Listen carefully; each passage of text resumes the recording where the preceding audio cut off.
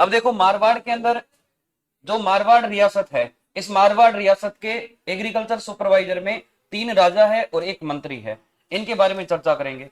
सबसे पहले देखो मारवाड़ रियासत में कौन कौन से राजा आपके सिलेबस में है। एक तो है मारवाड़ के राव जोधा,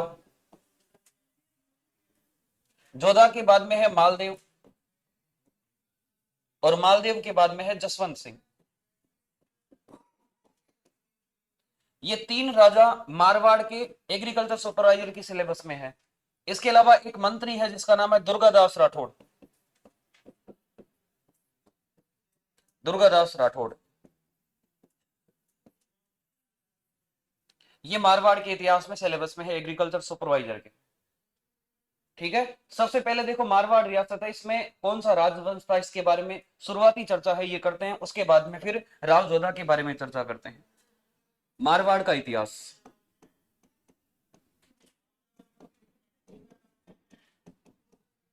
और मारवाड़ के अंदर जो राजवंश था उस राजवंश का नाम है राठौड़ राजवंश। मारवाड़ में कौन सा राजवंश था? राठौड़ राजवंश। सबसे पहला यहां पर दे, जो राठौड़ राजवंश है, इस राठौड़ राजवंश की शुरुआत करने वाला व्यक्ति कौन था, इसके बारे में आपको पता होना चाहिए। ये जो राठौड़ राजवंश है, इसकी उत्पत्ति के 2 मत दिए गए। कुछ लोग ये कहते हैं, कुछ इतिहासकार ये कहते हैं कि मारवाड़ के राठौड़ हैं ये दक्षिणी भारत से आए थे, और दक्षिणी भारत में जो राष्ट्रकूट है उनके वंशज है। लेकिन कुछ इतिहासकार बोलते हैं कि ये जो राठौड़ है ये कन्नौज उत्तर प्रदेश से आए थे। कन्नौज उत्तर प्रदेश में वहां पर एक जयचंद गढ़वाल नाम से राजा था, उसकी संतान है ये। जयचंद गढ़वाल है उसके वंशज है। तो राठौड़ों की उत्पत्ति के 2 मत हैं। मारवाड़ के राठौड़ों की उत्पत्ति के कितने मत हैं? 2 मत है। एक तो है दक्षिणी भारत के राष्ट्रकूटों के वंशज, और दूसरा है कन्नौज के गढ़वाल वंश के वंशज। और दोनों मत पढ़े जाते हैं, पढ़ाए जाते हैं, दोनों से एग्जाम में क्वेश्चन भी आते हैं। सर्वाधिक मान्य मत है कन्नौज के गढ़वालों से। सर्वाधिक मान्य मत कौन सा है? कन्नौज के गढ़वालों से। तो इनकी उत्पत्ति के मत देखो।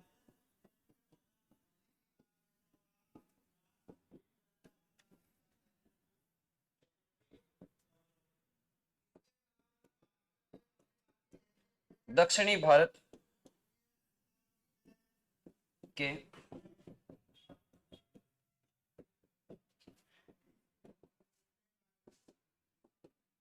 राष्ट्रकूटों के वंशज, इनकी उत्पत्ति का दूसरा मत है कन्नौज के गढ़वाल जो वंश है।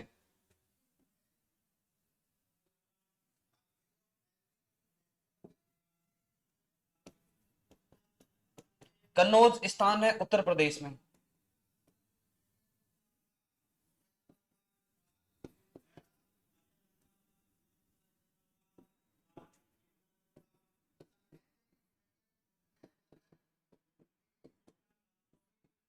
जयचंद गढ़वाल के वंशज। अब यहां पर कन्नौज उत्तर प्रदेश का जो मत है ये सर्वाधिक मान्य मत है। अब ये कैसे हुआ कि वहां का व्यक्ति यहां पर आया और यहां पर आकर राजपाट शुरू कर दिया? इसके पीछे क्या कहानी है? ये कहा जाता है कि जो कन्नौज उत्तर प्रदेश है, यहाँ के राजा थे जयचंद गढ़वाल, और उनका बेटा था जिसका नाम था सेतराम, और सेतराम का एक बेटा था जिसका नाम था राव सिंहा। राव सिंहा मारवाड़ में आता है और मारवाड़ में आकर राठौड़ वंश की शुरुआत करता है। कैसे आता है, कौन लेकर आता है, सबसे पहले कहां पर आता है, किसको राजधानी बनाता है, किन की सहायता से यहां पर आता है? ठीक है, तो यहां पर देखो कन्नौज वंश है।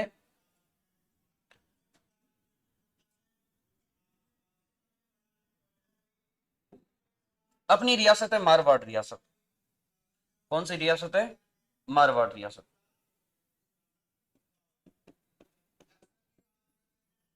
और यहां पर कन्नौज है। ये कहा जाता है कि मारवाड़ के अंदर पालीवाल ब्राह्मण थे।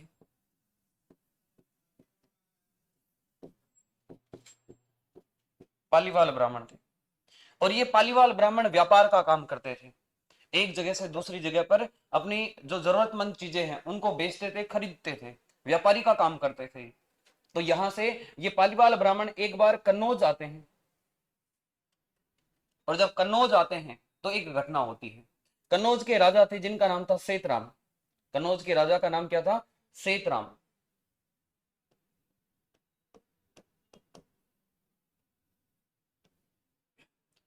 इस सेतराम है, इसके एक बच्चा होता है। सेतराम के जब बच्चा होता है तो हॉस्पिटल के अंदर जो दाई होती है वो टाइम लिखना भूल जाती है। जैसे वर्तमान में जब भी बच्चा होता है टाइम नोट कर लेते हैं, तारीख और टाइम वार सब नोट कर लेते हैं। हाँ, तो उस समय दाई होती थी, वो क्या करती थी, पहले तो जाती थी जब भी बच्चा होता था जहां पर परछाई होती थी सूर्य की और चंद्रमा की, यदि रात में होता तो चंद्रमा की परछाई और दिन में होता तो सूर्य की परछाई, जहां पर परछाई होती थी वहां पर जाकर दाई वहां पर क्या करती थी, लाइन खींच देती थी। उसके बाद में पंडित को बुलाते थे और पंडित को बुलाकर फिर उसकी जन्म कुंडली तैयार करवाते थे। जब इस सेतराम के बच्चा हुआ उस समय वहां पर वो जो दाई थी वो लाइन खींचना भूल जाती। कुछ देर बाद में उसको याद आता है, बाद में जाकर वो लाइन खींच कर आती। फिर सेतराम पंडित जी को लेकर आते हैं और पंडित जी को लाकर बच्चे के सामने बिठाकर बोलते हैं कि इसकी जन्म कुंडली आप तैयार करो। पंडित जी इस सेतराम के बच्चे की जन्म कुंडली जब तैयार करते हैं तो ऐसी जन्म कुंडली तैयार करते हैं, उसे सेतराम को बोलते हैं कि ये जो बच्चा है, इस बच्चे का पिता है, वो यदि इसका मुंह देख लेगा तो कुछ दिन बाद में उसके पिता की फाइल सल्ट जाएगी। और ये कहा जाता है कि इस सेतराम के 100 बच्चे थे, 100 बच्चे थे, ये 50वें नंबर का था, 50वें नंबर का था ये सिंहा। ठीक है, 49 से बड़ा सिंहा था, सिंहा से बड़े 50 थे। रानियां एक नहीं थी, राजाओं के पहले रानियां खूब हुआ करती थी, 10-20 तो नॉर्मल थी। ठीक है, जैसे अपने आमेर के राजा थे माधो सिंह, 9 रानियां थी और 9 रानियों के लिए जैसे 9 महलों का निर्माण करवाते हैं तो नॉर्मल बात थी 5-10 रानियां होना। ठीक है, तो यहां पर उस सेतराम को वो पंडित बोलता है कि इसका पिता है, इसका मुंह देख लेगा तो उसकी मृत्यु हो जाएगी कुछ दिन बाद में। सेतराम बोलता है कि मुंह देखना किसको जरूरी है, खूब सारे हैं वैसे ही। जल्लादों को बुलाता है और जल्लादों को बुलाकर बोलता है कि एक काम करो, इस बच्चे को यहां से ले जाओ, जंगल में मार के फेंक करा दो। जल्लाद आते हैं, जल्लाद आकर उस बच्चे को उठाते हैं और वहां से, एक दिन का ही तो था, 1-2 दिन का ही तो जन्मा हुआ था, उस बच्चे को ले जाकर जंगल में फेंक कर आ जाते हैं। लेकिन मारते नहीं है जल्लाद। जल्लाद सोचते हैं कि एक दिन के बच्चे को क्या ही मारे, जंगल में फेंक देंगे तो कोई खा जाएगा, वैसे ही जानवर, जंगली जानवर आकर। वो जल्लाद उसको जहां पर फेंकते हैं, एक शेर की गुफा थी वहां पर, और उस शेर की गुफा के अंदर उसी दिन शेरनी ने अपने बच्चों को जन्म दिया था। जल्लाद जब उस बच्चे को वहां फेंकते हैं, वो बच्चा उस गुफा के अंदर जाकर गिर जाता है और शेरनी ने उसी दिन बच्चों को जन्म दिया था। तो वो शेरनी उस बच्चे को अपना बच्चा समझती है और अपना बच्चा समझकर उसका वहां पर पालन पोषण करती है। और वो जो साइंस के अंदर बोलते हैं ना अनुकूलन का सिद्धांत, अनुकूलन का सिद्धांत ही तो होता है वो, कि जैसे माहौल में रहोगे वैसा वो बन जाएगा। वहां पर वो बच्चा उन शेर के बच्चों के साथ में पला बड़ा और बाद में उनके साथ में वो खेलता है। तो एक दिन क्या होता है, पालीवाल ब्राह्मण उस जंगल के अंदर से जा रहे थे जहां पर उस बच्चे को फेंका गया था, उस जंगल से होकर वो व्यापार करने के लिए जा रहे थे।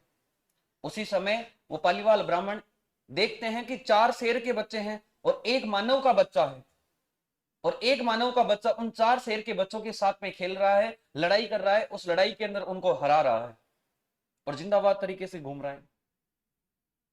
और वैसी चीज देखकर वो पालीवाल ब्राह्मण सोचते हैं कि ये कुछ ना कुछ तो दिक्कत है, यहाँ के राजा के पास में चलते हैं और राजा को जाकर बताते हैं। पालीवाल ब्राह्मण राजा सेतराम के पास में जाते हैं और सेतराम के पास में जाकर बोलते हैं कि हमने तो तुम्हारे जंगल के अंदर एक ऐसा कौतिक देखा है, एक लड़के को देखा है, एक मानव को देखा है जो पशुओं की तरह व्यवहार कर रहा है और शेर के बच्चों के साथ में खेल रहा है, शेर के बच्चों को हरा रहा है। उसी समय वो जल्लाद भी पास में ही खड़े थे, जो जल्लाद फेंक कर आए थे। वो जल्लाद सेतराम को बोलते हैं कि राजा जी हमारी एक गलती माफ करो तो हम आपको बताएं। सेतराम बोलता है कि बताओ। जल्लाद बोलते हैं कि ये आपका ही बच्चा हो सकता है, हम उस बच्चे को उस दिन मार कर फेंक कर नहीं आए थे, ऐसे ही फेंक कर आ गए थे हम। उसके बाद में वो बोलता है सेतराम की कोई बात नहीं, उस बच्चे को वापस लेकर आओ। सेतराम उसको जंगल से वापस मंगाता है, राज दरबार में रखवाता है। राज दरबार में उसके बाल वगैरह काटे जाते हैं। अरे खूब बड़े हो गए थे बाल, जंगल में ही तो रह रहा था। हाँ,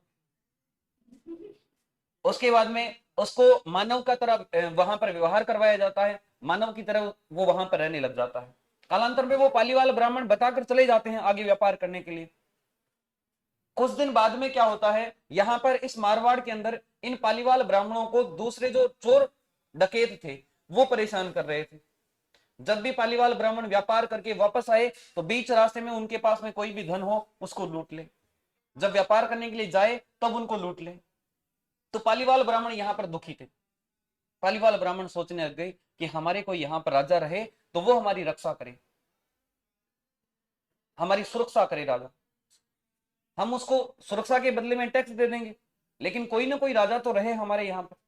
तो पालीवाल ब्राह्मण क्या करते हैं, दोबारा यहां से इकट्ठे होकर, मारवाड़ से इकट्ठे होकर इस राजा सेतराम के पास में जाते हैं और सेतराम के पास में जाकर सेतराम को बोलते हैं कि सेतराम जी, हमें एक आपका बच्चा दे दो ताकि हमारे वहां पर राजपाट शुरू कर दे और हमारी वहां पर रक्षा करे। उसके बाद में सेतराम बोलता है कि वैसे ही खूब सारे हैं, ले जाओ, कौन सा चाहिए वही ले जाओ। पालीवाल ब्राह्मण है वो बोलते हैं कि हमें और कोई भी बच्चा नहीं चाहिए, हमें तो वही बच्चा चाहिए जो शेर के साथ में खेल रहा था, जिसकी इंफॉर्मेशन हमने आपको दी थी, वही चाहिए हमें। सेतराम बोलता है कि ले जाओ।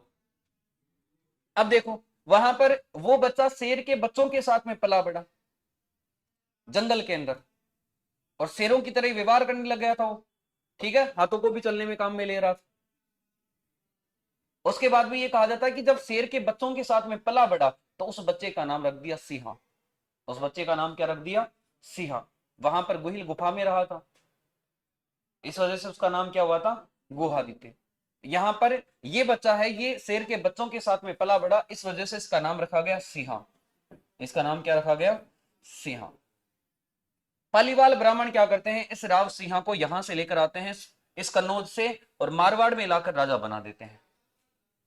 1240 ईस्वी के अंदर पालीवाल ब्राह्मण इसको लेकर आते हैं। पालीवाल ब्राह्मण मारवाड़ में कब लेकर आते हैं, 1240 ईस्वी में। पालीवाल ब्राह्मणों के सहयोग से यहां पर आता है मारवाड़ में राव सिंहा, और राव सिंहा यहां पर क्या करता है, राठौड़ वंश की स्थापना करता है। तो आपको पूछे कि राठौड़ वंश का प्रथम पुरुष कौन है, राठौड़ वंश का संस्थापक फाउंडर कौन है, आदि पुरुष कौन है, राव सिंहा। राव सिंहा कहां से आया था, किसका बेटा था, सेतराम का। मारवाड़ में राठौड़ वंश की शुरुआत किसने की थी, राव सिंहा ने। शेरों के साथ में पला बढ़ा था, इस वजह से इसका नाम हो गया था सिंहा। अब यहां पर राजपाट शुरू करता है तो सबसे पहले अपनी राजधानी बनाता है खेड़ बाड़मेर को। पहली राजधानी किसको बनाता है, खेड़ बाड़मेर को। खेड़ बाड़मेर में राजा बनकर रहता है। कालांतर में उसके बाद में ये कहा जाता है कि कोई मुस्लिम आक्रांता थे, वो मारवाड़ के अंदर गायें लूट कर ले जा रहे थे, और जब गायें लूट कर ले जा रहे थे तो उनसे युद्ध करता है राव सिंहा, और युद्ध में लड़ता हुआ मारा जाता है। और जहां पर मारा जाता है वो स्थान था पाली के अंदर बिट्ठू गांव, उसी जगह पर इसकी छतरी बना दी जाती है। ठीक है, तो बिट्ठू गांव पाली में राव सिंहा की छतरी है। सबसे पहले खेड़ बाड़मेर को अपनी राजधानी बनाता है और वहां पर राजा बनता है।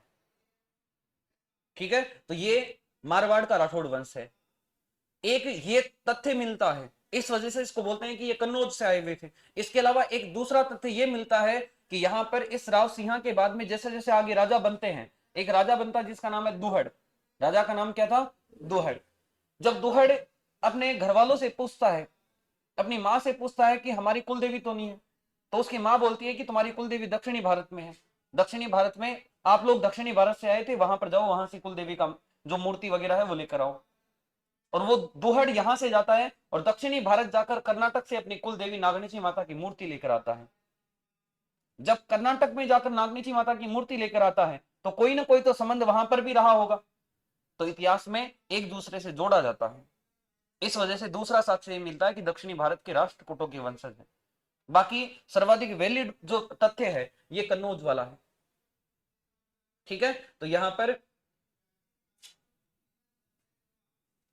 मारवाड़ के अंदर कौन सा वंश था, उत्पत्ति के कितने मत है, दो मत। एक तो कौन सा मत है, दक्षिणी भारत के राष्ट्रकूट, और दूसरा कौन सा है, कन्नौज उत्तर प्रदेश के गढ़वाल वंश के। और गढ़वाल वंश में भी किसके वंशज है, जयशत्र।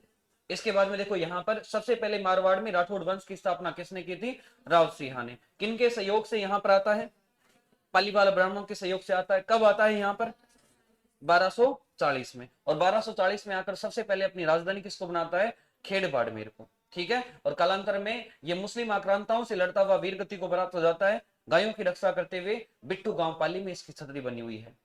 ठीक है, तो लिखो मारवाड़ में राठौड़ वंश के बारे में। लिखो मारवाड़ में राठौड़ वंश, मारवाड़ में राठौड़ वंश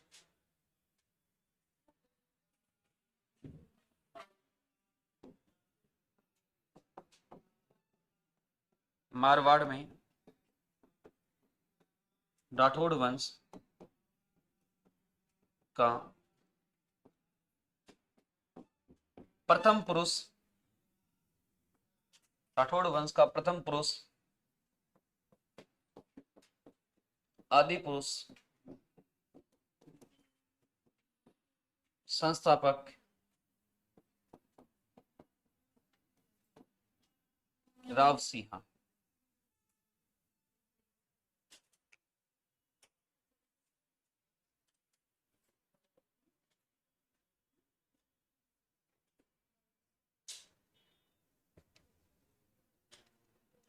प्रथम पुरुष, आदि पुरुष, संस्थापक राव सिंह है।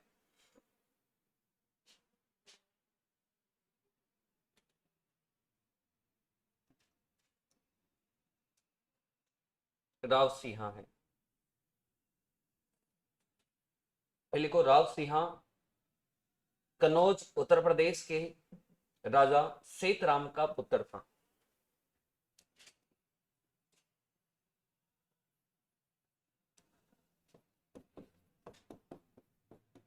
राव सिंह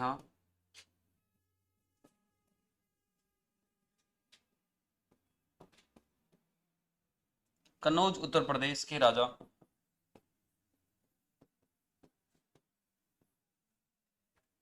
सेतराम का पुत्र था।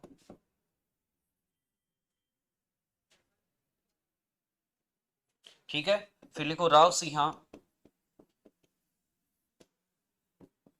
1240 ईस्वी में पालीवाल ब्राह्मणों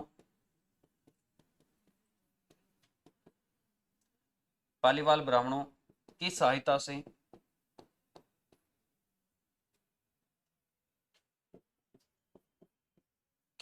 से मारवाड़ आते हैं।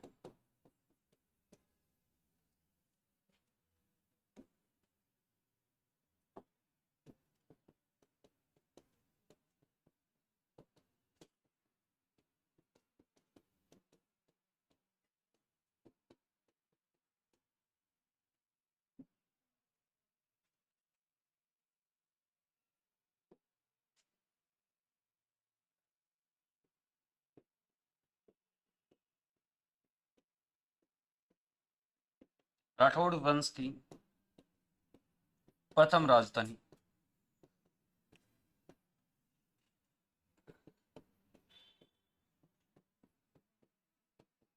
खेड़ बाड़मेर, इनकी प्रथम राजधानी है।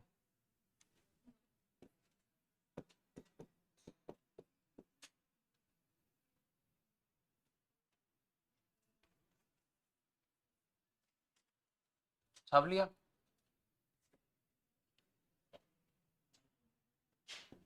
राव सिंह की छतरी, राव सिंह की छतरी है बिट्टू गांव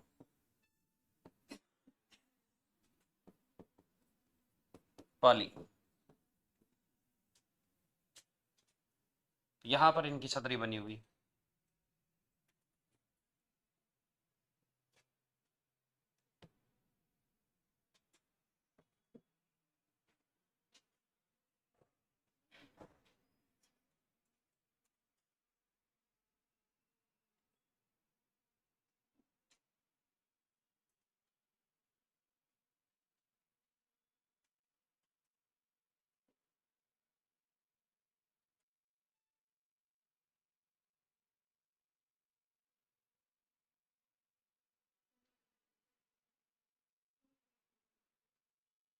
छाप लिया सबने। देखो सबसे पहले मारवाड़ का राठौड़ वंश है, इसकी स्थापना करने वाला इसका संस्थापक है, इसका पहला पुरुष है, इसका आदि पुरुष है वो कौन है? राव सिंह। किसका बेटा था ये? सीतराम कहाँ के राजा थे? कन्नौज के। ये यहाँ पर सबसे पहले राव सिंह मारवाड़ कब आते हैं? किन के सहयोग से आते हैं? पालीवाल ब्राह्मणों के सहयोग से। और यहाँ पर आकर सबसे पहले राजधानी किसको बनाते हैं? खेड़ बाड़मेर को वहां पर राजधानी बनाते हैं। कालांतर में इनकी राजधानी मंडोर आती है। और मंडोर जब आती है, मंडोर से पहले इनकी राजधानी मेवानगर बनती है। मल्लीनाथ जी जब राजा बनते हैं, जब लोक देवता मल्लीनाथ जी राजा बनते हैं, उस समय इनकी राजधानी मेवानगर आती है और मेवानगर से ट्रांसफर होकर फिर मंडोर आ जाती है। और मंडोर के बाद में राव जोधा जोधपुर बसाते हैं, फिर इनकी राजधानी जोधपुर बन जाती है। इस प्रकार से इनकी राजधानी थी। ठीक है, तो यहाँ पर सबसे पहली राजधानी खेड़ बाड़मेर थी। कालांतर में राव सिहाग की मृत्यु हो जाती है और जब मृत्यु होती है उसके बाद में इनकी छतरी है, ये कहां पर बनाई जाती है? बिट्टू गांव पाली में। इनके बाद में दुहड़ राजा बनते हैं, मल्लीनाथ जी राजा बनते हैं, जो आपके सिलेबस में नहीं है। राव चूड़ा राजा बनते हैं, ठीक है, कान्हा राजा बनते हैं। इस प्रकार से बीच में राजा बनते हैं और फिर आगे राजा बनते हैं जिनका नाम है राव जोधा। राजा का नाम क्या है? राव जोधा। ठीक है, राव जोधा। तो आप लिखो मारवाड़ के राजा में लिखो राव जोधा। राव जोधा।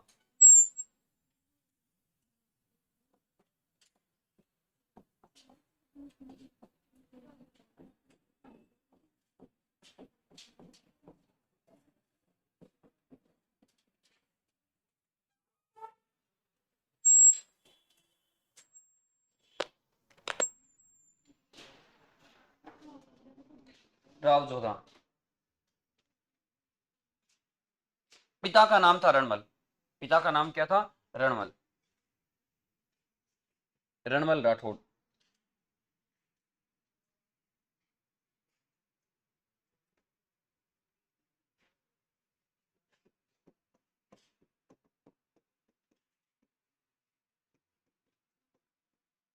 रणमल राठौड़।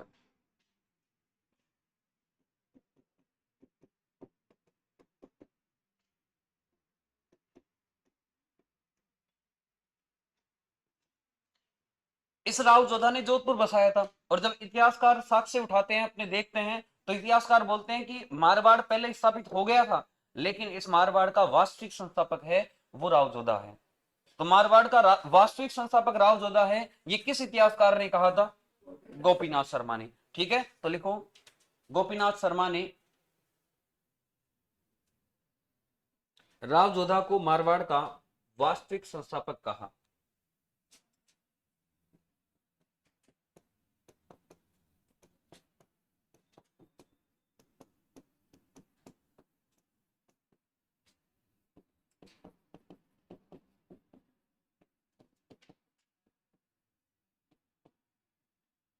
वास्तविक संस्थापक कहा।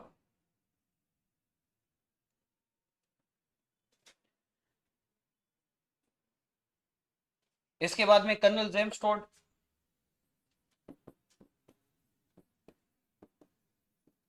Colonel James Tod. Colonel James Tod कहते हैं कि ये मारवाड़ के पराक्रमी राजा थे, प्रथम पराक्रमी राजा थे।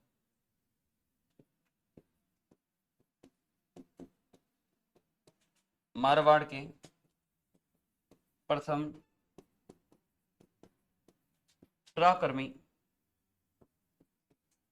राजा थे।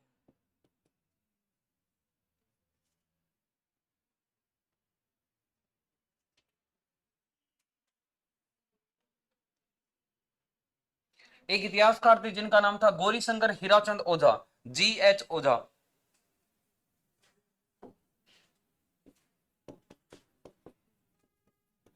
ये रोईडा गांव सिरोही का था निवासी। ये कहता है कि ये जो मारवाड़ के अंदर राजा बने राव जोधा,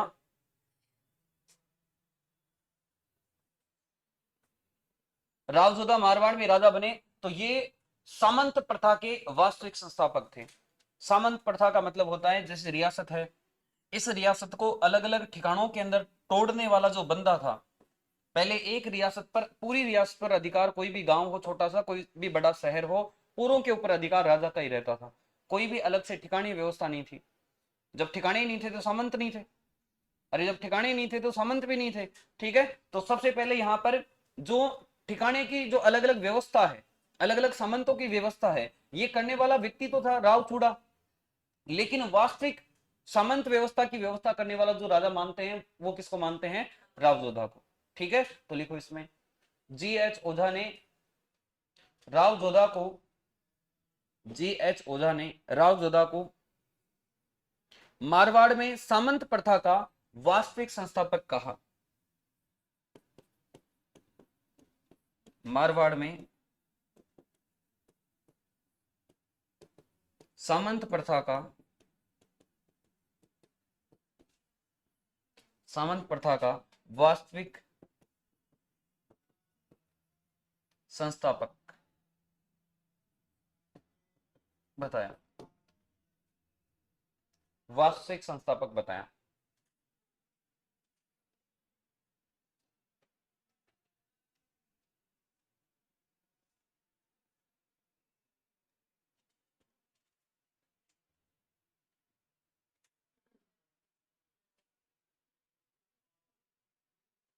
सब लिया सबने? देखो राव जोधा का कार्यकाल कब से कब तक है?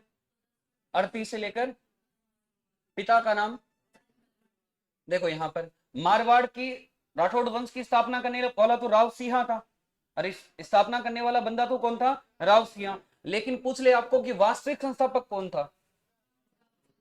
किसने कहा था? मारवाड़ का प्रथम पराक्रमी राजा, मतलब सबसे पॉपुलर राजा, सबसे पावरफुल राजा, वो कौन सा राजा था? राव जोधा। ये किसने कहा था? कर्नल जेम्स टोड ने। मारवाड़ में सामंत प्रथा की व्यवस्था, रियासत को तोड़ने की व्यवस्था तो पहले ही हो गई थी। राजा बने थे राव जोधा, उसने अलग रियासत को अलग अलग भागों में तोड़ दिया था कि ये ठिकाना अलग है, ये ठिकाना अलग है। ठीक है, लेकिन वास्तविक सामंत प्रथा का संस्थापक है वो किसको मानते हैं? राव जोधा को। ठीक है, राव जोधा मेवाड़ के अंदर थे अपने पिता रणमल के साथ में। जब वहां पर लड़ाई शुरू होती है, रणमल की मृत्यु हो जाती है, बहारमली के सहयोग से इस रणमल को मार दिया जाता है मेवाड़ के अंदर। उसके बाद में राव जोधा वहां से अपनी जान बचाकर भागते हैं और वहां से भागकर काहुनी गांव बीकानेर में शरण लेते हैं। कहां पर शरण लेते हैं? काहुनी गांव बीकानेर में। ठीक है, तो लिखो राव जोधा मेवाड़ में संघर्ष के समय, राव जोधा मेवाड़ में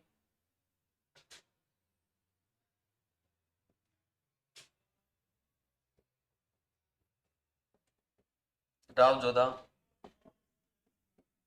मेवाड़ में संघर्ष के समय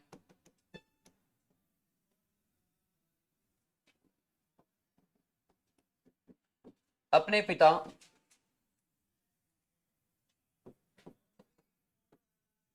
रणमल की मृत्यु के बाद, मृत्यु के बाद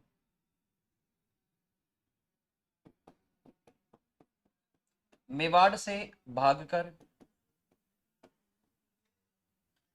मेवाड़ से भागकर काहुनी गांव बीकानेर में शरण लेते हैं। काहुनी गांव बीकानेर में शरण लेते हैं। काहुनी गांव बीकानेर में शरण लेते हैं। छाप लिया सबने? अब यहां पर शरण ले लेते हैं, उसके बाद में देखो, हाँ मेवाड़ में हुआ तो संघर्ष, लड़ाई कहां हुई थी? रणमल की हत्या कहां हुई थी? अरे रणमल की मृत्यु कहां पर हुई थी? मेवाड़ में ही तो हुई थी, भारमली के सहयोग से उसी उसको वहीं पर तो टपकाया था। संघर्ष तो वहां चल रहा था, लड़ाई तो वहां चल रही थी। ठीक है, इसको जोधपुर में तो आने कहां दिया, मारवाड़ में तो आने कहां दिया था इसको। कुंभा पीछे से भागकर इसकी राजधानी पर आक्रमण कर देते हैं, राजधानी को जीत लेते हैं, अधिकार कर लेते हैं खुद का। ठीक है, इसके बाद में देखो यहां से काहुनी गांव से ये वापस अपना जो राजधानी है मंडोर, इसको प्राप्त करने का प्रयास करते हैं। लेकिन युद्ध करे, हार जाए, और हार कर वापस आ जाए, गांवों के अंदर फिर रहने लग जाए कैंप लगाकर। युद्ध की एक दिन स्थिति मैंने आपको बताई थी कि ऐसी स्थिति थी, घायल अवस्था के अंदर किसान के घर के पास में जाता है, एक महिला उसको वहां से उठाती है, उसको भोजन परोसती है, भोजन में खिचड़ा परोसती है। और रावजोधा खूब दिनों से भूखा था, खिचड़े में बीच में हाथ डालता है, हाथ जल जाता है। उस महिला ने कहा था कि तू भी जोधा की तरह मूर्ख है, बीच में आक्रमण कर रहा है। और जोधा भी बार बार जाता है मंडोर पर आक्रमण करता है और हार कर वापस आ जाता है मूर्ख। तो उस समय वो जोधा ही था, उस माई को पता नहीं था, अरे उस महिला को पता नहीं था कि यही जोधा है। जोधा वहां पर उस महिला से पूछता है कि वहां पर कि माई जोधा मूर्ख कैसे है। तो वहां पर वो माई बताती है कि जोधा को पहले मंडोर के आसपास के पूरे गांव जीतने चाहिए, उसके बाद में मंडोर पर आक्रमण करना चाहिए। और तू भी मूर्ख है, तो बीच में आक्रमण कर रहा है, पहले बीच से खिचड़ा खा रहा है, बीच में घी डला हुआ है तो पहले घी को खाएगा तू, हाथ तो जलेगा ही। साइड साइड से खा पहले खिचड़ा, साइड से ठंडा रहता है किनारों की तरफ, बाद में बीच में पहुंच। तो जोधा वहां से उस माई से शिक्षा लेता है मंडोर जीतने की, और फिर मंडोर जीतता है, आसपास के पूरे गांव जीत लेता है। और गांव जीतने के बाद में चिट्ठी लिखकर अपनी बुआ जी के पास में, हंसाबाई के पास में भेजता है कि बुआ जी अब केवल मंडोर बचा है, इसको भी मैं जीत लूंगा, हो सके तो आप संधि करवा दो। फिर हंसाबाई संधि करवाती है, संधि को बोलते हैं अवल बावल की संधि। संधि को क्या बोलते हैं? जब मंडोर को जीतने के लिए जाता है जोधा, तो उस समय एक देवता के पास में भी जाता है, उस देवता का नाम था हड़बुज जी। देवता का नाम क्या था? हड़बुज जी। हड़बुज जी महाराज के पास में जाकर बोलता है जोधा कि हड़बुज जी, खूब दिन हो गए, युद्ध करता हूं लेकिन हार जाता हूं, वापस आ जाता हूं, मेरी कुटाई हो जाती है सामने से। तो हड़बुज जी बोलते हैं कि अब की बार युद्ध करने के लिए जाए तो मेरी कटार हाथ में लेकर जाना। हड़बुज जी उसको कटार भेंट करते हैं राव जोधा को, और आशीर्वाद देते हैं कि मेरा आशीर्वाद है, अब की बार जब भी जहां पर भी जाएगा युद्ध करने के लिए जीत कराएगा। तो हड़बुज जी यहां पर इस संधि से पहले जब मंडोर जीतने के लिए जाते हैं, उससे पहले हड़बुज जी इसको आशीर्वाद देते हैं राव जोधा को कि मेरा आशीर्वाद तेरे साथ में है, और कटार भेंट करते हैं खुद की कि ये कटार लेकर जाना, युद्ध के अंदर हारेगा नहीं। हड़बुज जी के आशीर्वाद से राव जोधा को वापस कौन सा क्षेत्र मिल जाता है? एग्जाम में क्वेश्चन आया हुआ है, किसके आशीर्वाद से राव जोधा को मंडोर वापस मिला था? किसने कटार भेंट की थी? हड़बुज जी ने। ठीक है, तो लिख लो इसमें, नोट करो।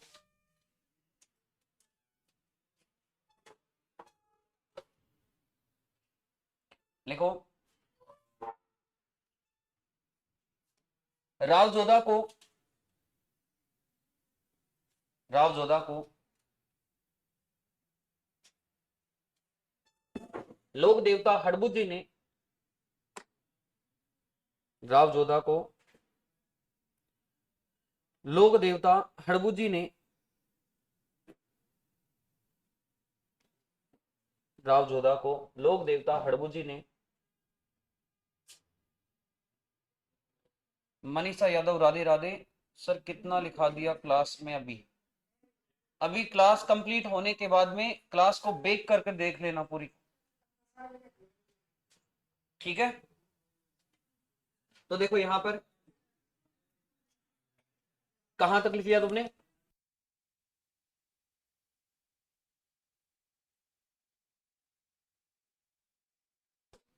राव जोधा को हड़बू जी ने अपनी कटार भेंट की, हड़बू जी ने अपनी कटार भेंट की, वह मंडोर जीतने का आशीर्वाद दिया, वह मंडोर जीतने का आशीर्वाद दिया।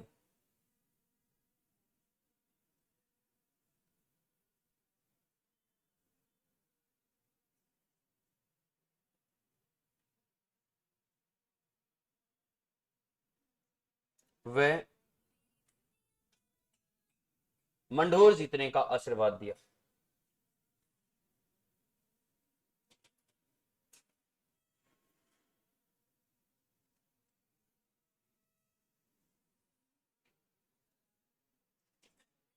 ठीक है, इसके बाद में लिखो अवल बावल की संधि।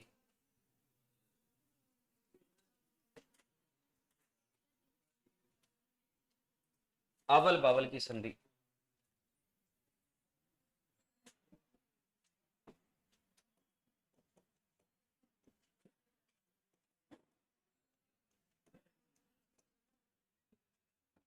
अवल बावल की संधि 1453 ईस्वी में।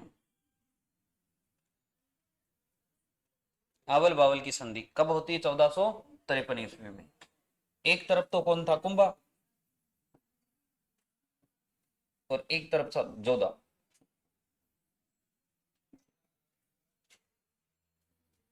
सीमा का निर्धारण सोजत पाली से,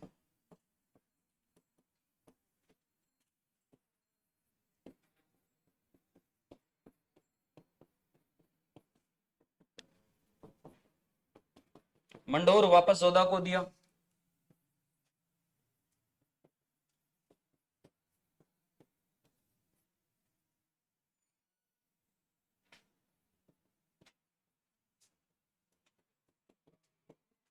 जोधा अपनी बेटी श्रृंगार कंवर,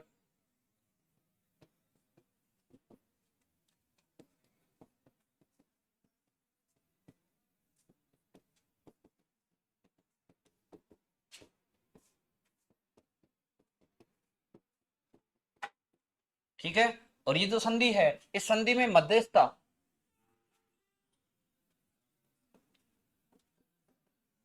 हंसाबाई करती है, मध्यस्थता, मीडिएटर ये थी।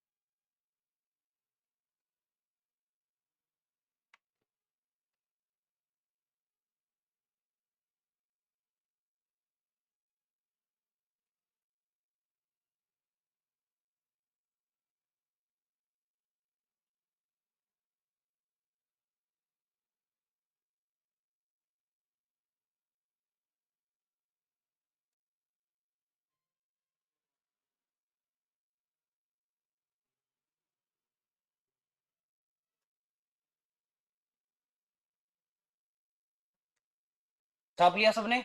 देखो आवल बावल की संधि कब होती है, किस किस के बीच में होती है, कुंभा और किसकी मध्यस्थता में, हंसाबाई की में। यहां पर सीमा का निर्धारण कहां से किया जाता है, सोजत पाली से। यहां पर सोजत पाली, इस जगह से सीमा का निर्धारण किया जाता है। यहां मेवाड़ है, एक तरफ मारवाड़ एक तरफ मेवाड़, मेवाड़ मारवाड़ की सीमा का निर्धारण किया जाता है। अवल का मतलब है मेवाड़ की हरी भरी झाड़ियां, और बावल का मतलब है मारवाड़ के कंटीले बौड़े। ठीक है, कि यहां से जहां से हरी भरी झाड़ियां चालू हो जाएगी वहां से मेवाड़ की सीमा चालू हो जाएगी। ठीक है, और जहां पर कंटीले बौड़े चालू हो जाएंगे उसमें मारवाड़ की सीमा चालू हो जाएगी। तो सोजत पाली को मध्य बनाया गया यहां पर, और इससे दक्षिण के अंदर मेवाड़ और उत्तर के अंदर मारवाड़। इसके बाद में देखो मंडोर वापस किसको दिया गया, जोधा अपनी बेटी है श्रृंगार कंवर, इसका विवाह किसके साथ में करता है, कुंभा के बेटे रायमल के साथ में। ठीक है, इसके बाद में देखो जोधा है, इसके निर्माण कार्य लिखो, जोधा के निर्माण कार्य,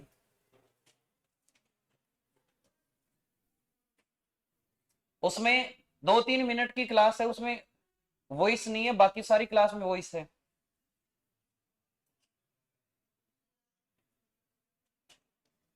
जोधा के निर्माण कार्य,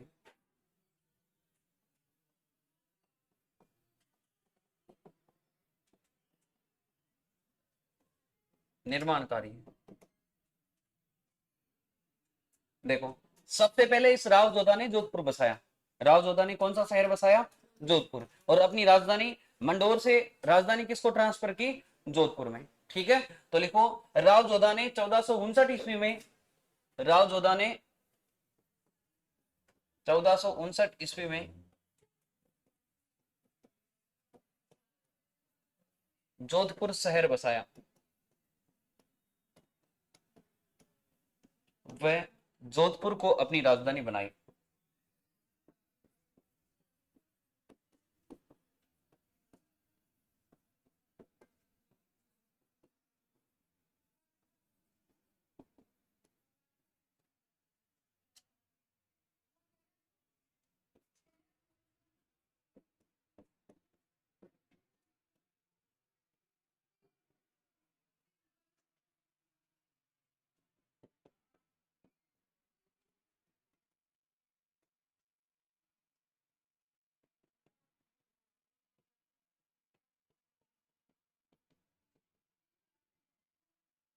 इसी राव जोधा ने जोधपुर का किला बनवाया, मेहरानगढ़ किला बनवाया 12 मई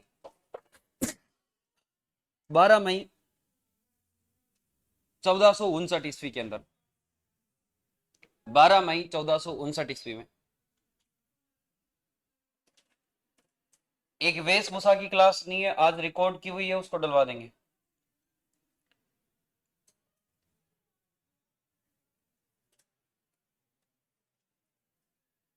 12 मई 1459 को राव जोधा ने मेहरानगढ़ दुर्ग का निर्माण करवाया। ठीक है, शनिवार के दिन, शनिवार वो लिख लेना यहां पर।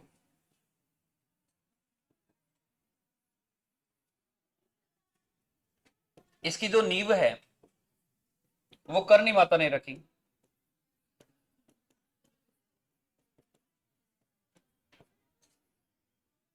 मेहरानगढ़ दुर्ग है, इस मेहरानगढ़ दुर्ग की नींव का पत्थर है वो करनी माता ने रखा था।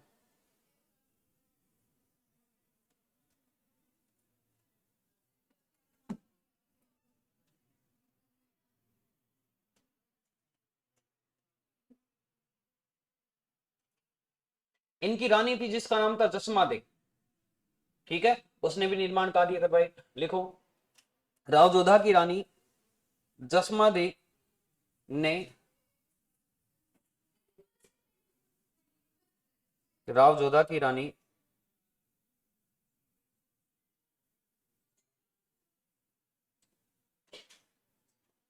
राव जोधा की रानी जसमा दे ने जोधपुर में रानीसर तालाब व जसमा बावड़ी का निर्माण करवाया। जोधपुर में रानीसर तालाब व जसमा बावड़ी का निर्माण करवाया।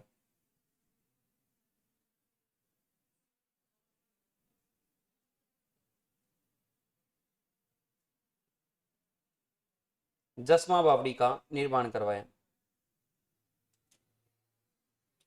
रानी थी चांद कंवर, उसने चांद बावड़ी बनवाई। लिखो, रानी चांद कंवर ने चांद बावड़ी का निर्माण करवाया।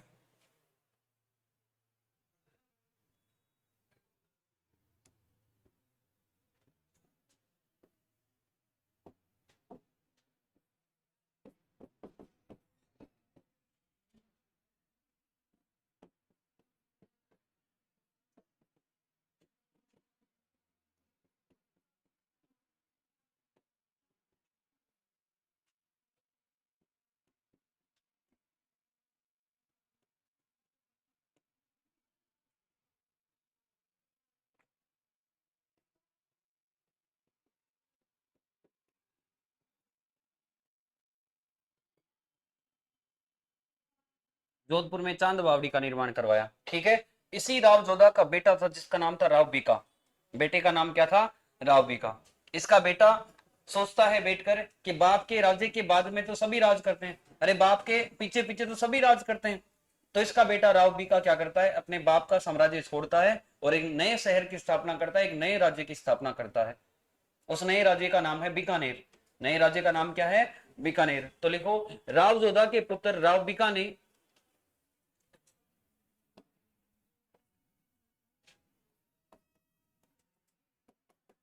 राव जोधा के पुत्र राव बीका ने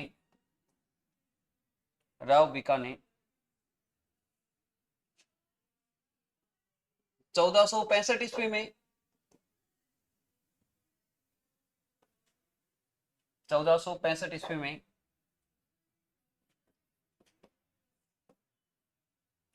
बीकानेर राज्य की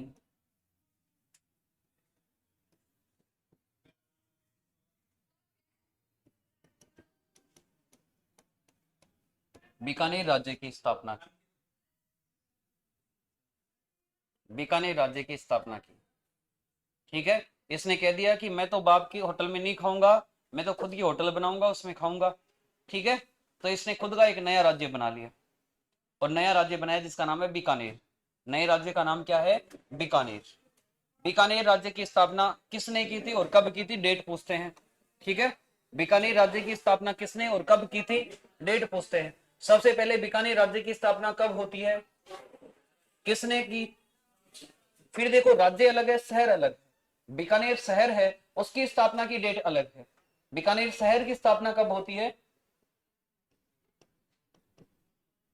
बीकानेर शहर बीकानेर शहर की स्थापना होती है 1488 ईस्वी के अंदर। बीकानेर राज्य की स्थापना 65 में होती है, शहर की स्थापना 88 में होती है। ठीक है, आखा तीज के दिन इसकी स्थापना होती है, अक्षय तृतीया के दिन।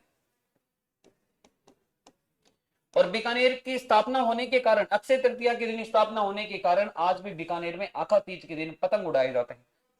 ठीक है, पतंग महोत्सव का आयोजन किया जाता है।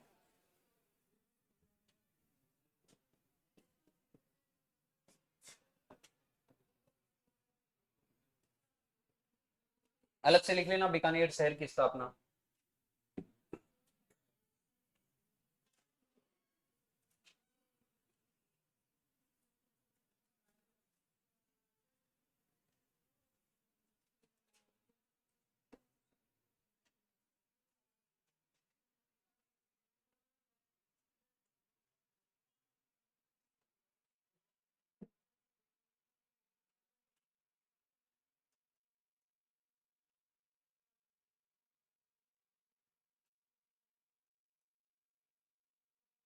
ठीक है, अगले राजा बनते हैं जिनका नाम है मालदेव।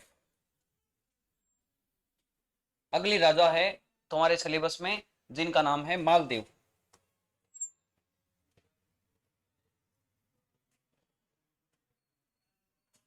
मालदेव 1531 से लेकर 1562 ईस्वी तक।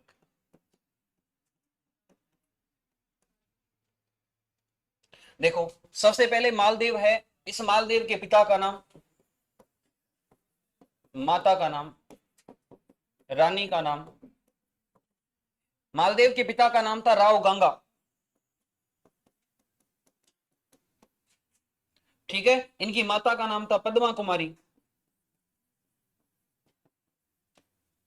इनकी जो रानी है उसका नाम था उमा दे, जिसको रूठी रानी कहा जाता है।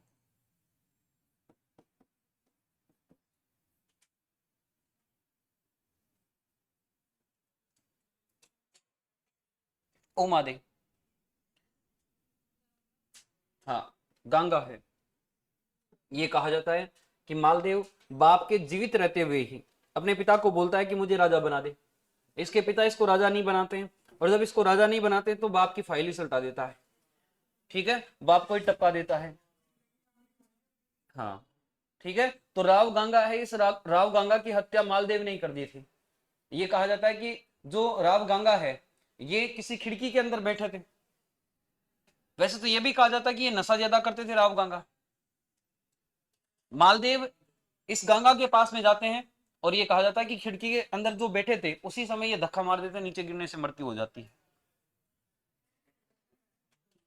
नशे के अंदर थे ये और नशे में थे, इस वजह से इनकी मृत्यु हो जाती है राव गंगा की। तो इस मारवाड़ के अंदर प्रथम पितरहंता, यदि आपको पूछे कि बाप को मारने वाला प्रथम राजा कौन सा था, मालदेव। मेवाड़ में कौन था, उदा। ठीक है, तो यहां पर प्रथम पितरहंता है जिसका नाम है मालदेव। ठीक है, तो लिखो, पॉइंट लगाकर नोट करो। मालदेव ने अपने पिता राव गंगा की हत्या की, वह फिर राजा बने। अपने पिता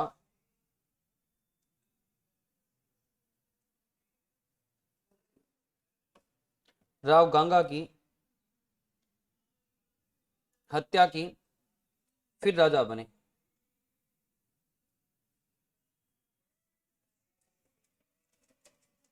फिर राजा बने। ठीक है, लिखो, मालदेव को मारवाड़ का प्रथम पितरहंता कहा जाता है। मालदेव को मारवाड़ का प्रथम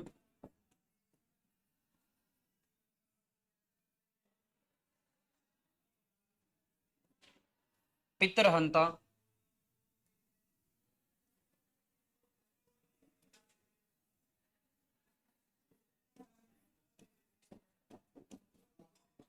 कहते हैं।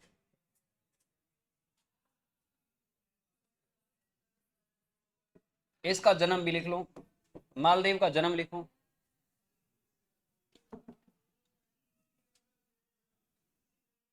लिखो 5 दिसंबर 1511 ईस्वी। 5 दिसंबर 1511 ईस्वी।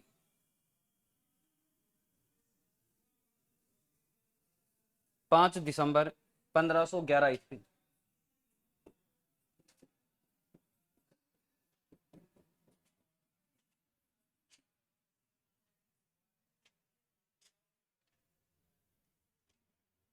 जब ये राजा बनते हैं उस समय मारवाड़ के अंदर इनका अधिकार केवल दो ही परगनों के ऊपर था, एक तो जोधपुर पर और इसके अलावा सोजतपाली के ऊपर।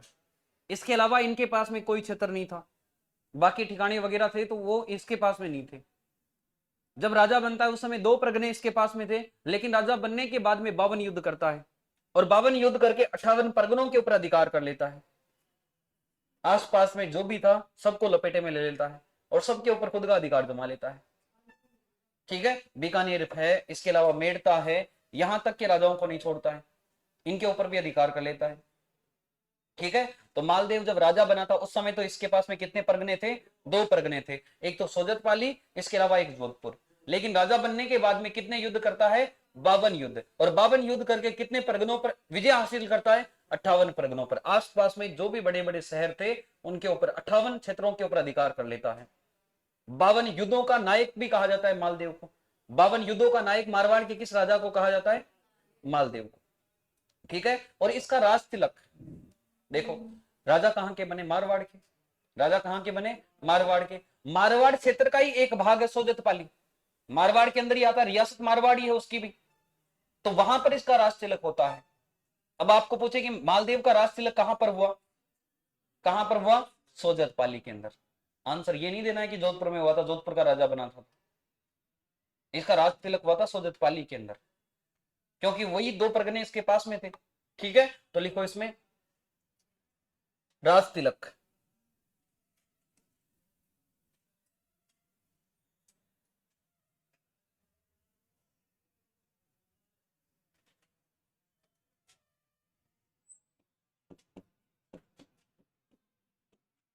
राज तिलक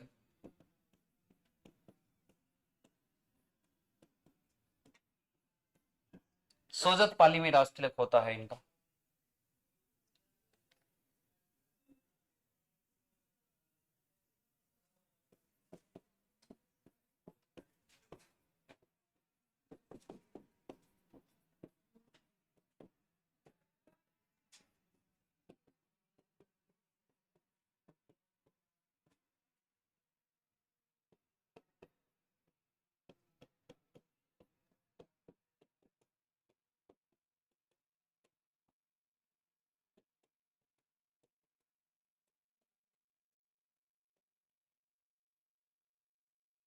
ठीक है, राज तिलक के समय इसके पास में दो परगने थे, सोजतपाली और जोधपुर। लेकिन राजा बनने के बाद में 52 युद्ध करता है, आसपास के जो भी छोटे मोटे राजा थे उन सबको हराता है और उनके क्षेत्रों के ऊपर खुद का अधिकार स्थापित कर लेता है।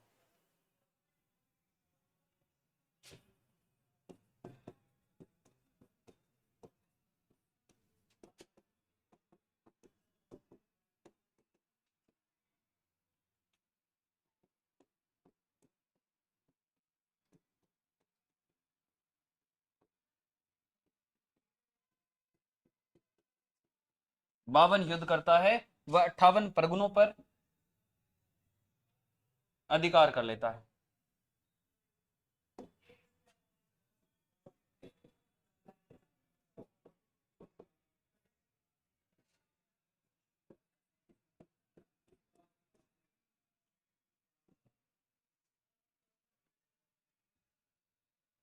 बावन युद्ध करता है, वह 58 परगनों पर अधिकार करता है।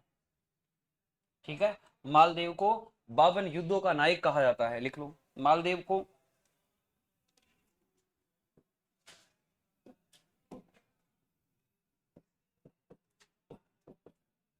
मालदेव को 52 युद्धों का नायक कहते हैं।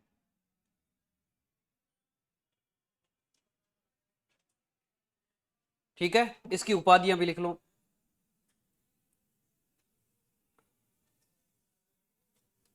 हिंदू बादशाह,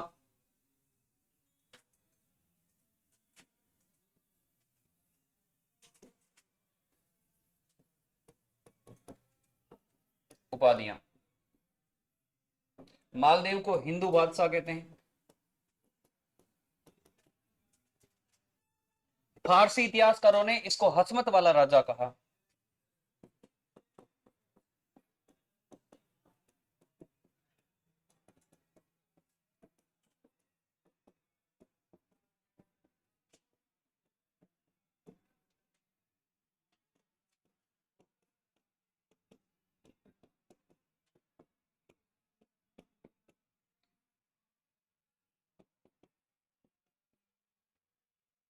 हसमत वाला राजा कहा।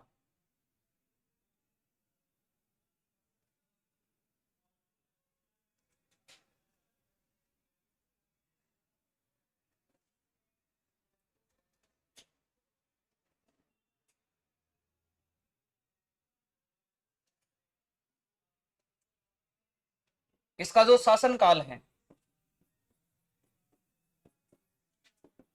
उसको मारवाड़ का शौर्य युग कहा जाता है। इसके शासनकाल के टाइम पीरियड को मारवाड़ का शौर्य युग कहा जाता है।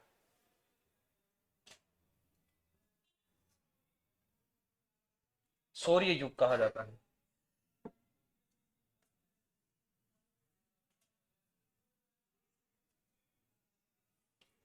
शौर्य युग कहा जाता है।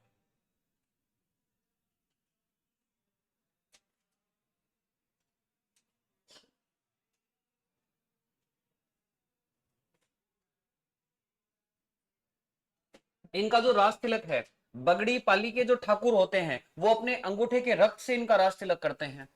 ठीक है, मारवाड़ के जो राठौड़ वंश है, मारवाड़ के राठौड़ वंश का राज तिलक हमेशा बंगड़ी पाली क्षेत्र है, वहां के जो सामंत होते हैं वो अपने अंगूठे के रक्त से इनका राज तिलक करते हैं।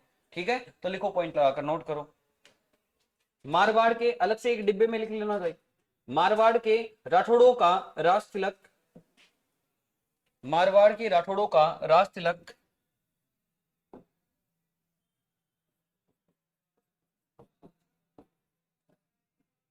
राज तिलक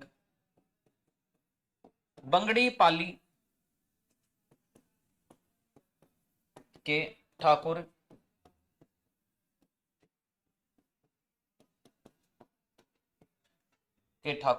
अपने अंगूठे के रक्त से करते हैं, अपने अंगूठे के रक्त से करते हैं।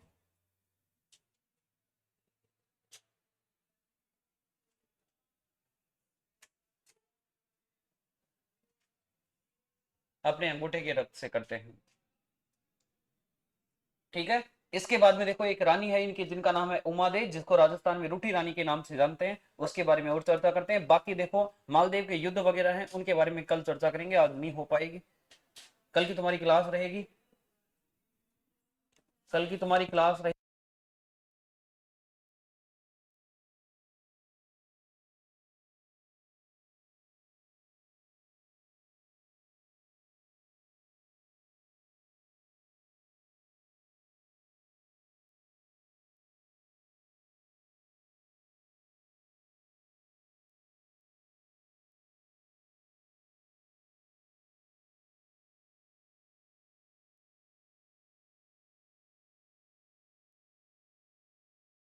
ज्यादा लंबी क्लास नहीं लेंगे, 3 घंटा लास्ट, डेढ़ डेढ़ डेढ़ डेढ़ घंटे की 2 क्लासें कर लेंगे।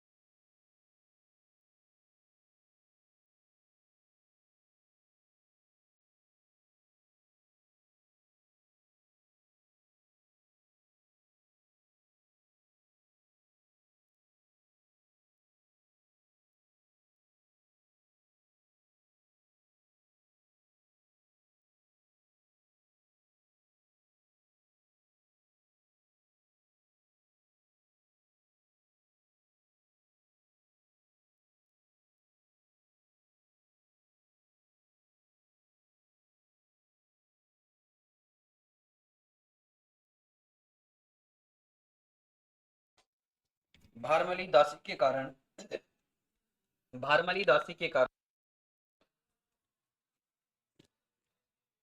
भारमली दासी के कारण उमादेव मालदेव से रूठकर, उमादेव मालदेव से रूठकर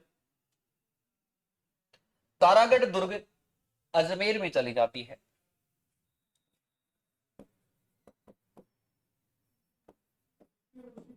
भारमली दासी के कारण उमादेव मालदेव से रूठकर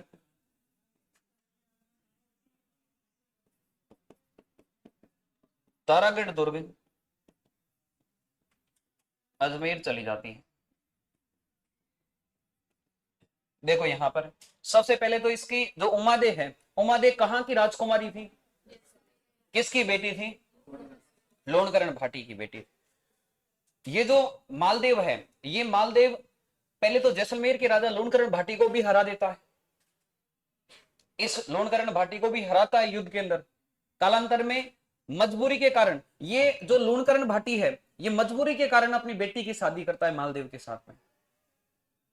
मालदेव बोलता है कि मेरी शादी करवाओ आपकी बेटी के साथ में, तब इसको शादी करवानी पड़ती है, क्योंकि ये पावरफुल था, शक्तिशाली था, नहीं करवाता तो युद्ध करके हरा देता उसको। और लोणकरण भाटी भी नहीं चाहता था कि मेरी बेटी की शादी मालदेव के साथ में हो, और जब शादी होती है उस दिन भी मारने का प्रयास करता है कि आज इसको सल्टाऊंगा, फिर मैं बैठने के बाद में सल्टाऊंगा। लोणकरण ये भी प्लानिंग रखता है पहले से, लेकिन ये कहा जाता है कि उस प्लानिंग की जानकारी उमादे मालदेव को दे देती है कि मेरा बाप तुझे मारना चाहता है, ध्यान रखना, संभल कर रहना, मेरी सगाई हो गई तेरे साथ में, तो आधा विवाह हो गया, अब तो तू मेरा है, तो मेरी सुरक्षा करने की जिम्मेदारी बनती है। इस वजह से ये कहा जाता है कि उमादेव उसको इंफॉर्मेशन दे देती है कि मेरे पिताजी है वो तुम्हें जहां पर विवाह होगा, जहां चवरी होगी उसी जगह पर मार देंगे। प्लानिंग तैयार कर रखी है मेरे पिताजी ने, तो सतर्क रहना पहले से ही। मालदेव ये कहा जाता है कि उसे इस लोणकरण भाटी को तो वहां पर उस शादी के मंडप के पास में ही नहीं आने देते हैं, अपने बॉडीगार्डों को बोलते हैं कि ले जाओ अंदर, ले जाकर बंद कर दो। हाँ, ले जाकर अंदर बंद कर देते हैं बेचारे को, शादी होने के बाद में इसको तो बाहर लेकर आते हैं। ठीक है, अब शादी होने के बाद में ये मारवाड़ के अंदर जोधपुर के महलों के अंदर रहने लग जाती है। और जब जोधपुर के महलों में रहती है, उससे पहले ये देखो यहां पर ये जो लोणकरण भाटी है जैसलमेर का राजा, जब उमादेवी वहां पर विदाई होकर वहां से आती है, उस समय बोलती है कि मेरे साथ में मेरी दासी को भी भेज दो, ताकि मेरे काम तो कर लेगी, वहां पर कपड़े वगैरह तो धो देगी, मुझे कुछ खाने के लिए बनाकर तो दे देगी। तो ये जो उमादे है ये अपनी दासी है जिसका नाम है भारमली, उसको भी साथ में लेकर आ जाती है, अपने महलों के अंदर उसको भी रख लेती है। मालदेव है वो इस उमादे से मिलने के लिए आते हैं। जब पहली बार इसे मिलने के लिए आते हैं तो उमादे वहां पर उस समय तैयार हुई भी नहीं थी। उमादे अपनी दासी भारमली को भेजती है कि जाओ और जाकर बोल के आओ कि अभी टाइम लगेगा सजने धजने के अंदर। मालदेव को यह पता नहीं था कि ये उमादे आई है, क्योंकि मालदेव दारू के नशे में टल्ली था, फुल पी के सेठ था बंदा, उसको पता नहीं था कि ये दासी आई है भारमली या उमादे आई है। ठीक है, हाँ। तो उसके बाद में ये कहा जाता है कि जो उमादे है, उमादे वहां पर आकर उसे मालदेव से बोलती है कि तुझे थोड़ी भी सब्र नहीं है, और वहां पर उस उमादेव वहां पर उस मालदेव को बोलती है कि आज के बाद में मैं तेरे साथ में नहीं रहूंगी। उसी दिन वहां से रूट कर आ जाती है और रूट कर आकर तारागढ़ किले के अंदर रहने लग जाती है। मालदेव उस समय तो नशे के अंदर थे, लेकिन अगले दिन उनको दुख होता है कि गलत हो गया। और मालदेव अपने दरबारी विद्वान, इसके दरबारी विद्वान थे ईसरदास जी, इसके दरबारी विद्वान थे आसानंद जी। मालदेव अपने दरबारी विद्वान ईसरदास जी को बुलाता है कि ईसरदास जी तुम जाओ, कैसे भी जाकर उसको मना के लेके आओ। मालदेव अपने दरबारी विद्वान है ईसरदास जी, इसको भेजता है कि तुम जाओ उसको मना कर लेकर आओ। और ये उमादे तारागढ़ किले के अंदर रहने लग गई थी। कहां पर रहने लग गई थी? तारागढ़ किले में। तो ईसरदास जी आते हैं तारागढ़ किले के अंदर, उमादे को आकर बोलते हैं कि राजा माफी मांग रहा है। राजा बोल रहा है कि धूल खाऊं, आज के बाद में गलती नहीं करूंगा, एक बार तुम उसको जाकर ले आओ, मना कर ले आओ उसको एक बार। राजा इस प्रकार से बोल रहा है, और राजा ये भी बोला है कि मैं एक बार तुम उमादे को यहां पर ले आओ, मैं उमादे को अपनी पटरानी बनाकर रखूंगा।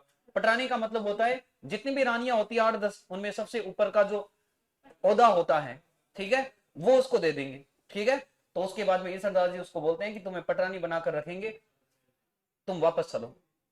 रिक्वेस्ट करते हैं सरदार जी, और जब ईश्वरदास जी रिक्वेस्ट करते हैं तो उमादे तारागढ़ किले से ईश्वरदास जी के साथ में रवाना होती है जोधपुर के किले के अंदर। और जब जोधपुर के किले के अंदर जाने के लिए वहां पर तैयार होती है तो ये कहा जाता है कि दूसरी रानियां हैं उनको पता चल गया कि वो तो आ रही है यहाँ पर, और उमादे यहां आ जाएगी तो अपनी तो वैल्यू कम हो जाएगी। तो दूसरी रानियां थी वो क्या करती है, एक दूसरे दरबारी विद्वान को बुलाती है, और इसी मालदेव का दूसरा दरबारी विद्वान था जिसका नाम था आसानंद। जिसका नाम क्या था? आसानंद। आसाराम नहीं था, आसानंद। यहां पर देखो, आसानंद। जो दूसरी रानियां थी वो आसानंद जी को बुलाती है, दरबारी विद्वान आसानंद जी को बुलाकर बोलती है कि वो नहीं आनी चाहिए यहाँ पर, यदि वो आ गई तो हमारी तो वैल्यू है वो जीरो हो जाएगी, हमारी तो कोई पावली चलेगी नहीं, उसी की चलेगी, पटरानी बनकर वही रहेगी। आसानंद जी कैसे भी करो, आपको जितना धन चाहिए हम आपको धन देने के लिए तैयार हैं, लेकिन उसको आने से यहाँ पर रोक दो, कैसे भी करो वो यहाँ पर इस किले में नहीं आए। आसानंद जी जैसे ही इधर से उमादे आती है, उमादे को लेकर आने वाले कौन थे? ये गुड़ मक्खन लगाकर तो इसको लेकर आते हैं, और जैसे ही इसको लेकर आते हैं यहाँ पर इस किले के दरवाजे के पास में आसानंद जी बैठे रहते हैं, और आसानंद जी बैठकर यहाँ पर दोहे बोलने लग जाते हैं। आसानंद जी बोलते हैं कि मान राखत तज पीव राखत तज मान, दो दो गेंद न बंदे एक एक खंबू ठान। कि यदि तुझे मान सम्मान चाहिए तो तुझे पति नहीं मिलेगा, और तुझे पति चाहिए तो तुझे मान सम्मान नहीं मिलेगा। दो दो गेंद, दो दो गेंद का मतलब है दो हाथी एक खंबे के एक ठान के नहीं बनते हैं, और बंधते हैं तो लड़ाई होती है। जैसे ही वहां पर वो दोहे बोलता है, उमादे ईश्वरदास जी को बोलती है, इस उमादे की झाड़ उठती है, इस ईश्वरदास जी को बोलती है कि तू तो वहां पर लंबी लंबी फेंक रहा था कि तेरी इज्जत की जाएगी, वहां पर तेरा मान सम्मान वहां पर रखा जाएगा, यहां तो इस प्रकार के दोहे बोले जा रहे। आसानंद जी तो इसको रोकने का प्रयास ही तो कर रहा था, क्योंकि दूसरी रानियों ने कहा था कि इसको रोक लो। तो उसके बाद में ये कहा जाता है कि जो उमादे है इसके दोहे सुनकर, इस आसानंद जी के दोहे सुनकर इस किले के अंदर प्रवेश नहीं करती है, यहां से वापस तारागढ़ किले के अंदर चली जाती है। इस ईश्वरदास जी को बोलती है कि तू वहां पर तो क्या क्या बोलकर मुझे लेकर आ रहा था यहाँ पर, और यहाँ पर इस प्रकार से मेरी मेरी जो इज्जत है वो की जा रही है, इस प्रकार से मुझे टोंट कसे जा रहे हैं।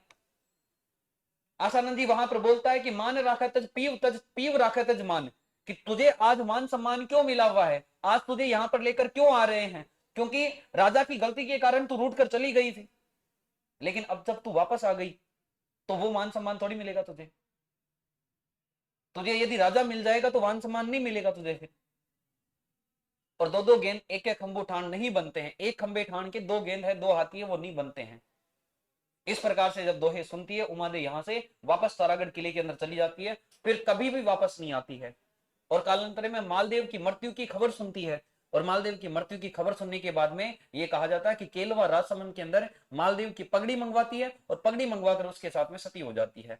इसके अलावा देखो, उमादे इस मालदेव की जो दूसरी रानियां थी उन दूसरी रानियों के बेटे होते हैं, उनमें से एक बेटे का नाम था राम, उसको गोद ले लेती है, उसको गोद लेकर अपने पास में रखती है, ठीक है। और केलवा राजसमंद में फिर सती हो जाती है, अपने पति मालदेव की पगड़ी के साथ में सती हो जाती है। लेकिन इस उमादे ने अपना अधिकतम समय है वो कौन से किले के अंदर बिताया था?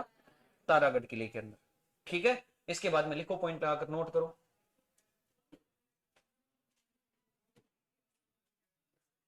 अरे लिखो अभी तो।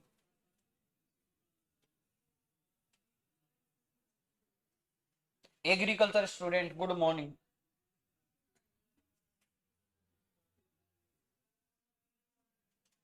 लिखो, मालदेव के दरबारी विद्वान ईसरदास जी, मालदेव के दरबारी विद्वान ईसरदास जी, ईसरदास जी उमादे को तारागढ़ दुर्ग से मना कर लेकर आते हैं।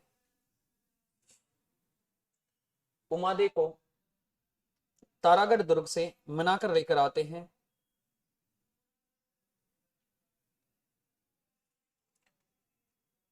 परंतु उमादे उमादे आसानंद जी के दोहे सुनकर, परंतु उमादे आसानंद जी के दोहे सुनकर वापस तारागढ़ दुर्ग में चली जाती है।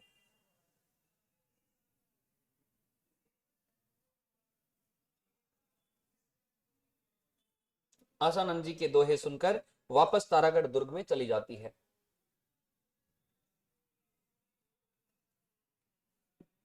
और आगे लिखो, उमादेव मालदेव की मृत्यु के बाद, उमादेव मालदेव की मृत्यु के बाद, मालदेव की मृत्यु के बाद केलवा राजसमंद में, केलवा राजसमंद में, केलवा राजसमंद में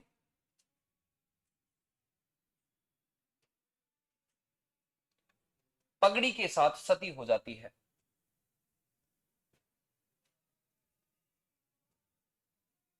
पगड़ी के साथ सती हो जाती है।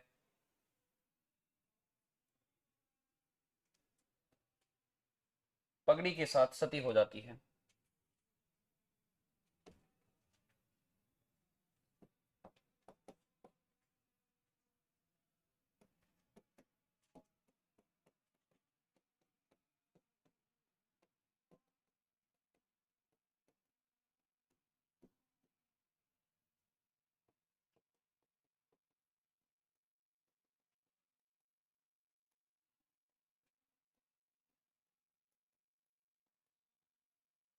ठीक है, तो आपको एग्जाम में क्वेश्चन पूछेगा एग्जामिनर कि राजस्थान में रूठी रानी किसे कहा जाता है?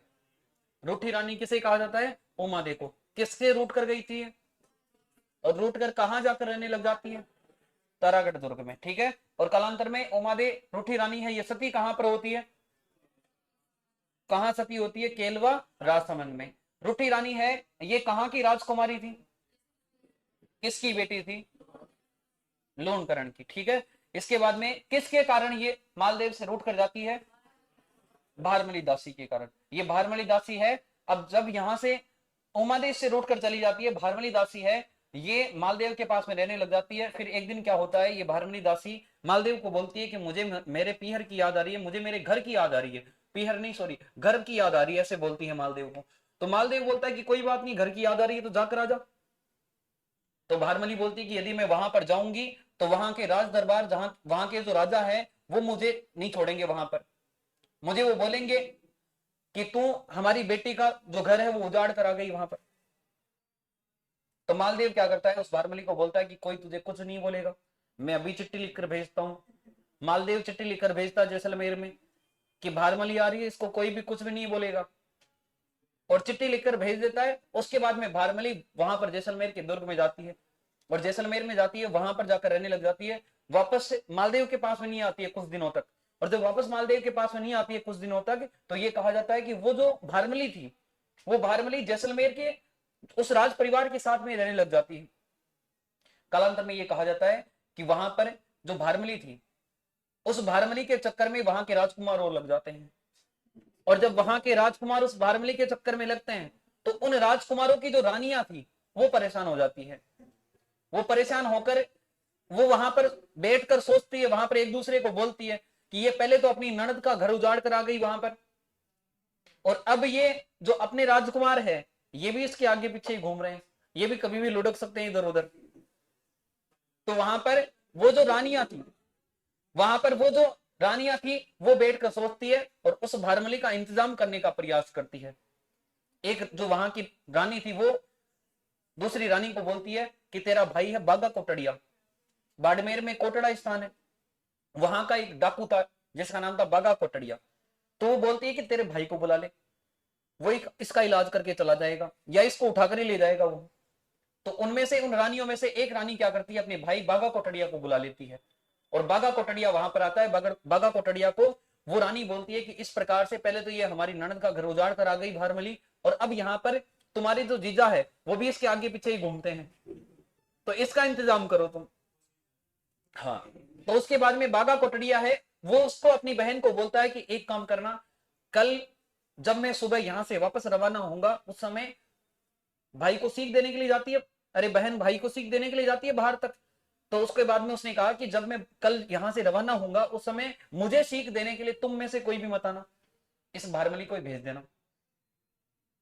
उसके बाद में ये कहा जाता है कि बागा कोटड़िया दूसरे दिन जब रवाना होता है घर से, उस समय जो रानियां थी वो भारमली को बोलती कि हम तो नहाई धोई नहीं, तो नहा धोकर बेटी है, तो जा सीख देकर आजा मेरे भाई को। भारमली वहां पर जैसे ही सीख देने के लिए जाती है, बागा कोटड़िया अपने ऊंट के ऊपर उस भारमली को लेकर वहां से चला जाता है, उसको वहां से उठाकर भाग जाता है और कोटड़ा में जाकर, कोटड़ा बाड़मेर में जाकर रहने लग जाता है।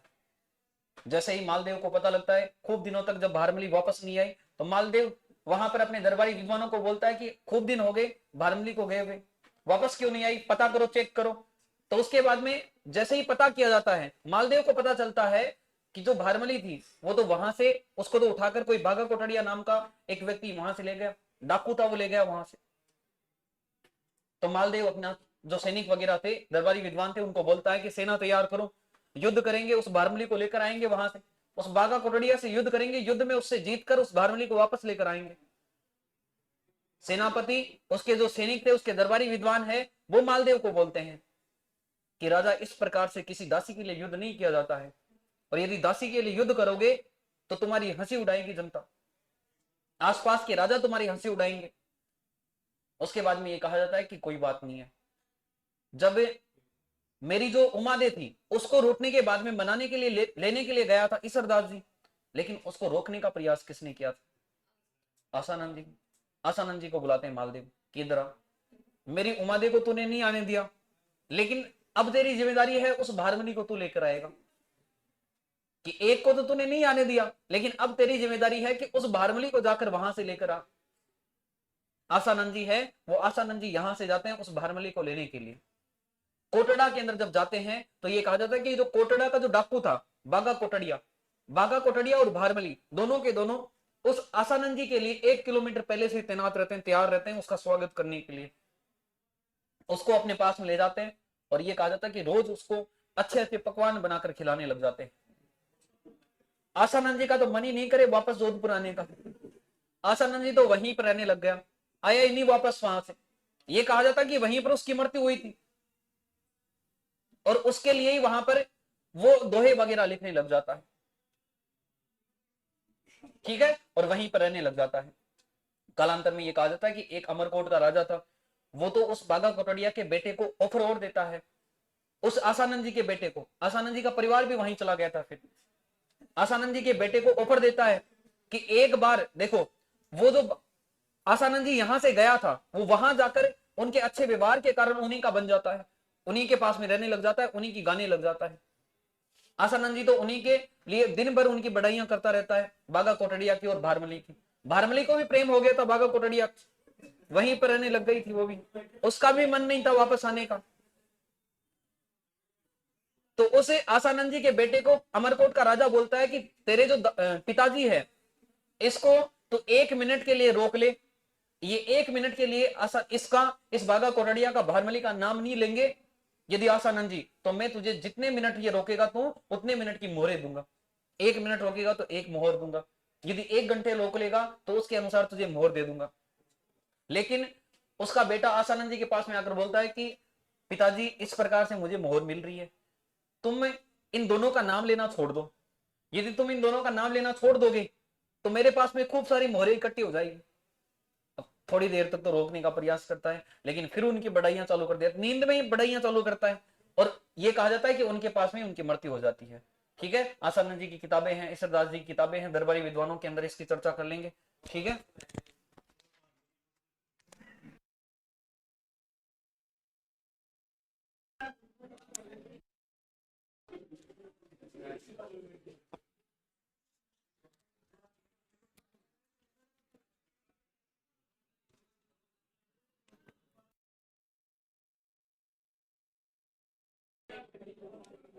अभी तो तुम्हारी 10-10 से क्लास है ना, फिक्स 10 बजे से।